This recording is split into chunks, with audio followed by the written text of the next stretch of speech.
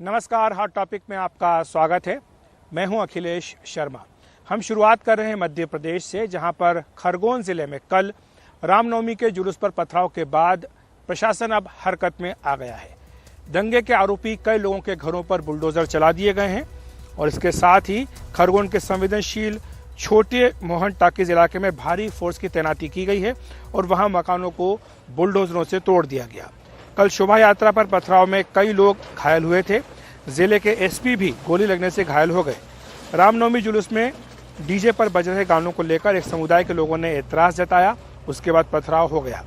खरगोन में अब तक 84 लोगों की गिरफ्तारी हो चुकी है। इस घटना को लेकर आज ही मुख्यमंत्री शिवराज सिंह चौहान ने कहा कि किसी भी दंगाई को बख्शा नहीं जाएगा।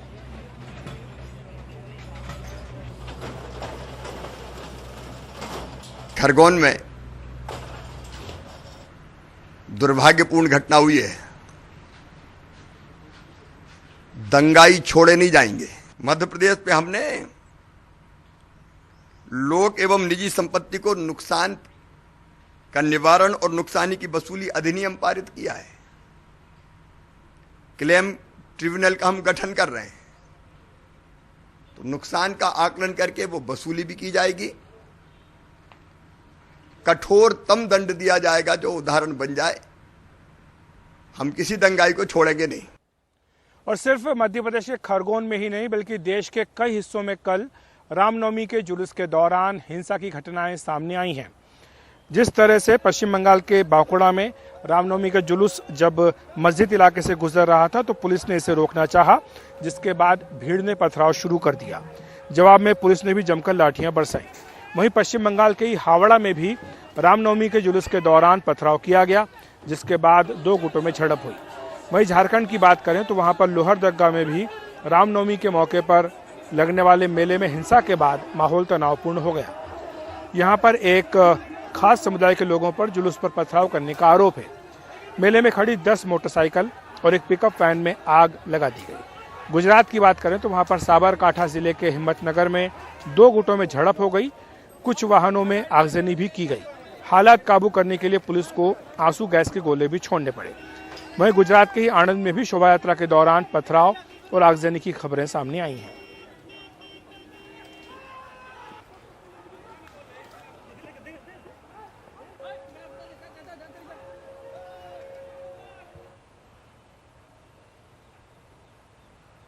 और वहीं कर्नाटक की बात करें तो वहां पर कर्नाटक के धारवाड़ में एक मुस्लिम बुजुर्ग की तरबूज से भरे हुए ठेले को सड़क पर पलट दिया गया।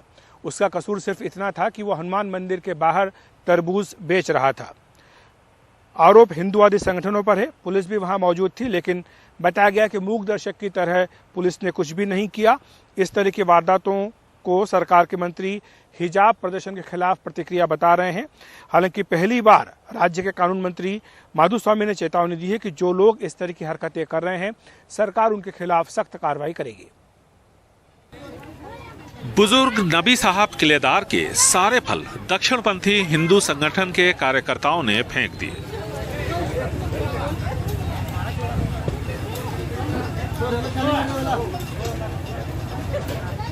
वजह, नबी साहब किलेदार मुसलमान हैं और दुकान उन्होंने हनुमान मंदिर के बाहर लगाई थी। पुलिस की मौजूदगी में यह हंगामा हुआ। अब पुलिस ने कुछ आरोपियों को गिरफ्तार किया है। इससे पहले हलाल मीट को लेकर बवाल।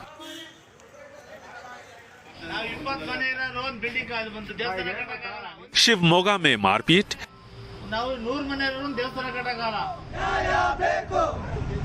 फिर मुस्लिम व्यापारियों के बहिष्कार का कॉल। और ऐसी ही नफरत फैलाने वाली दूसरी बातें। हालात बिगड़ रहे हैं, लेकिन ऐसा नफरती माहौल बनाने वालों के खिलाफ पुलिस मामला दर्ज करने से कतरा रही है। हम लोग 3-4 दिन से, आज 5वां दिन हो गया, एक कंप्लेन लिखवाना चाह रहे हैं उस शख्स के खिलाफ जो समाज के अंदर हिंदू मुस्लिम के नफरत फैलाना चाहता है, दंगा कराने की साजिश से, और हमारी कोई सुनवाई नहीं हुई। Inspector, DCP, commissioner, additional commissioner, हम हर जगह जा चुके हैं। अब हमारे पास कोई रास्ता नहीं बचा है और इसीलिए हम कर्नाटका हाईकोर्ट का अब दरवाज़ा खटखटाएंगे। शिवमोगा, कलबुर्गी और कोलार में सांप्रदायिक हिंसा हो चुकी है। अब सरकार की चुप्पी पर सवाल उठ रहे हैं तो कार्रवाई की बात की जा रही है। सरकार ये मामला हमारे ध्यान में आया है। हम उन सब के खिलाफ कार्रवाई करेंगे जो इस तरह की हरकत कर रहे हैं। ये सब गलत हो रहा है। हर शख्स को संवैधानिक अधिकार है इस देश में रहने का, व्यापार करने का। ट्रेड ಮಾಡಲಿಕ್ಕೆ ಸಂವಿಧಾನಾತ್ಮಕ ಹಕ್ಕಿದೆ। कर्नाटक में सांप्रदायिक उन्माद तेजी से फैल रहा है। मुख्यमंत्री बसवराज बोम्मई की चुप्पी से नफरत फैलाने वालों को शह मिल रहा है और जो लोग इन लोगों के खिलाफ कार्रवाई चाहते हैं वो अपनी अर्जी लेकर दर दर भटक रहे हैं। उनकी सुनने वाला कोई भी नहीं। बेंगलुरु से कैमरामैन कुमार के साथ निहाल खिदवई, एनडीटीवी इंडिया। बात करते हैं तेलंगाना के मुख्यमंत्री के चंद्रशेखर राव की, जिन्होंने आज दिल्ली में अपनी पार्टी के सहयोगियों के साथ धरना दिया। मुद्दा था धान की खरीद का। उन्होंने साफ किया कि केंद्र सरकार इस मामले में अपनी नीति बदले, नहीं तो किसान सरकार को बदल देंगे। तेलंगाना अनुरोध करता है, डिमांड करता है, इस देश के किसान भिखारी नहीं है, भीख नहीं मांग रहे हैं। इस देश के किसान मांग रहे हैं, अपना हक मांग रहे हैं। दिल्ली की तपती गर्मी में तेलंगाना के मुख्यमंत्री केसी राव ने हल्ला बोला। मुख्यमंत्री के साथ उनके तमाम मंत्री, सांसद और विधायक दिखे। तेलंगाना भवन पूरी तरह गुलाबी रंग में रंगा दिखा। हर जगह किसानों के समर्थन में पोस्टर नजर आए और लोक गीतों ने भी अलग समा बांधा। फिर मुख्यमंत्री कहां रुकने वाले थे। केसीआर ने साफ किया कि केंद्र सरकार धान खरीद नीति बदले, नहीं तो उनको बदल देंगे। अपना हक मांग रहे। फिर एक बार मैं प्रधानमंत्री से कहता हूं, आप एक नई एग्रीकल्चर पॉलिसी का रचना कीजिए, हम भी उसमें योगदान देंगे।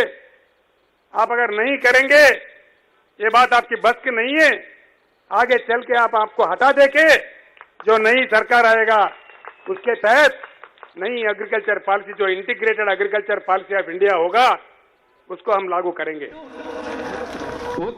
वहीं केंद्र सरकार की ओर से कहा गया है कि पिछले 5-6 सालों में केंद्रीय पूल से तेलंगाना से धान खरीद काफी बढ़ी है। 2017-18 में केंद्र की ओर से 36.18 लाख मैट्रिक टन खरीदा गया। वहीं 2020-21 में 94.54 लाख मैट्रिक टन धान की खरीदी हुई। वहीं टीआरएस आरोप लगा रही है कि दूसरे राज्यों की तुलना में तेलंगाना से धान खरीदने में केंद्र सरकार भेदभाव करती है। देखिए, तेलंगाना एक ज़माने में सूखा प्रदेश होता था। अब तेलंगाना राज्य बनने के बाद, हमारे मुख्यमंत्री जी के किसान फ्रेंडली नीतियों के बाद आज हमारे हरित प्रदेश हो गया है। कम्प्लीटली फार्मर्स के लिए पानी है। हम 24 आवर्स फ्री पावर देते हैं। हम किसानों के लिए सालाना 10,000 देते हैं एक एकड़ में। तो इन सारे नीतियों की वजह से यहाँ पे फसल दोगुना हो गया है। तो हमारा आज सेंट्रल गवर्नमेंट से ये रिक्वेस्ट है कि हमारे तेलंगाना में जितना भी पैडी उगता है, जितना भी अनाज आज उगा है, उसका पूरा आप खरीदारी करिए। धान के मुद्दे पर टीआरएस के समर्थन में किसान नेता राकेश टिकैत भी आए और कहा कि सरकार किसानों के साथ गलत व्यवहार कर रही है। भारत सरकार से बड़ा झूठ बोलने वाला कोई नहीं है। कहाँ खरीद कर रही है? खरीद करो ना, मना कौन कर रहा है? आप खरीद करो। सरकार कह रही है कि किसानों के खरीद कर रही है और यही वजह है कि सरकार ने, ये लोगों ने उनको चुना है। कहाँ खरीद कर रही है? तेलंगाना में वे 2,500 रुपये ज्यादा दे रहे हैं, वहाँ की सरकार छत्तीसगढ़ की नहीं खरीद हो रही। उनकी जो परमिशन है वो नहीं दे रहे। अगर स्टेट खरीदना चाहती है तो उसको परमिशन नहीं है। धान के खरीद को लेकर केंद्र और राज्य के बीच जारी विवाद अब थमने का आसार नहीं है। केसीआर अब केंद्र के खिलाफ गैर भाजपा दलों को जोड़ने में जुट गया है। आए दिन केंद्र सरकार को घेरने में जुटे केसीआर अब धान के मुद्दे को गरमा रहे हैं।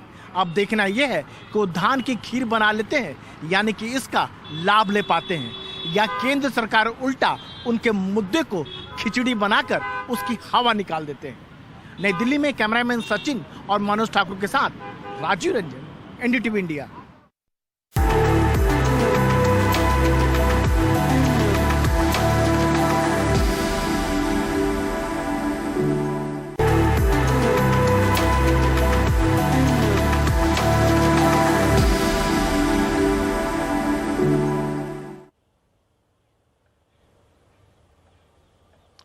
ब्रेक के बाद आपका फिर स्वागत है। अब बात करेंगे झारखंड की, जहां पर देवघर में त्रिकुट रोपवे हादसे में 2 लोगों की मौत हो गई है, जबकि 11 से 12 लोग इस हादसे में घायल बताए जा रहे हैं।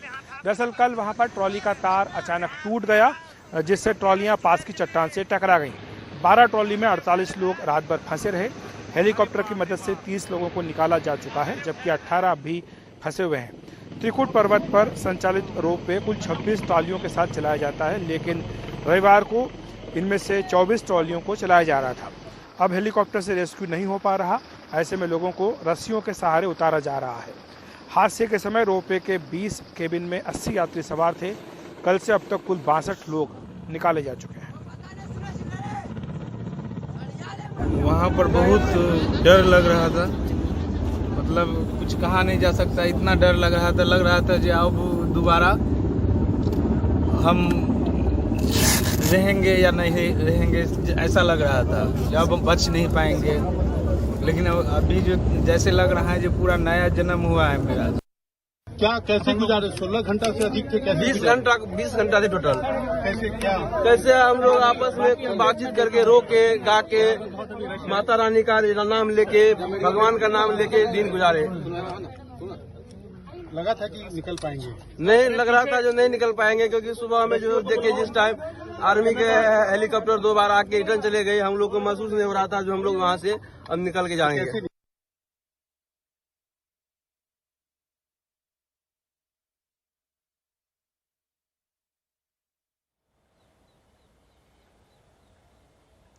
अब बात करते हैं महंगाई की। वैसे तो पिछले 5 दिनों से पेट्रोल, डीजल, सीएनजी के दाम नहीं बढ़े, लेकिन उससे पहले जिस तरह से बेतहाशा बढ़ाए गए, उसका विरोध शुरू हो गया है।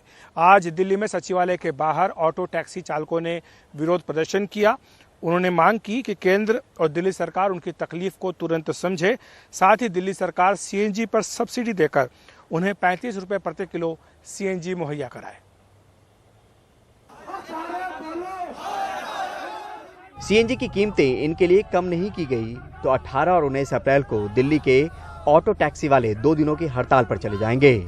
सीएनजी को लेकर आवाज बार बार उठ रही है, पर अब तक कोई सुनवाई नहीं। हम ये कह रहे हैं सब्सिडी दी जाए, 35 रुपए हमारे को सीएनजी 1 kg दी जाए। 70 रुपए आज रेट हो गया, वो गुजारा नहीं है इन लोगों का।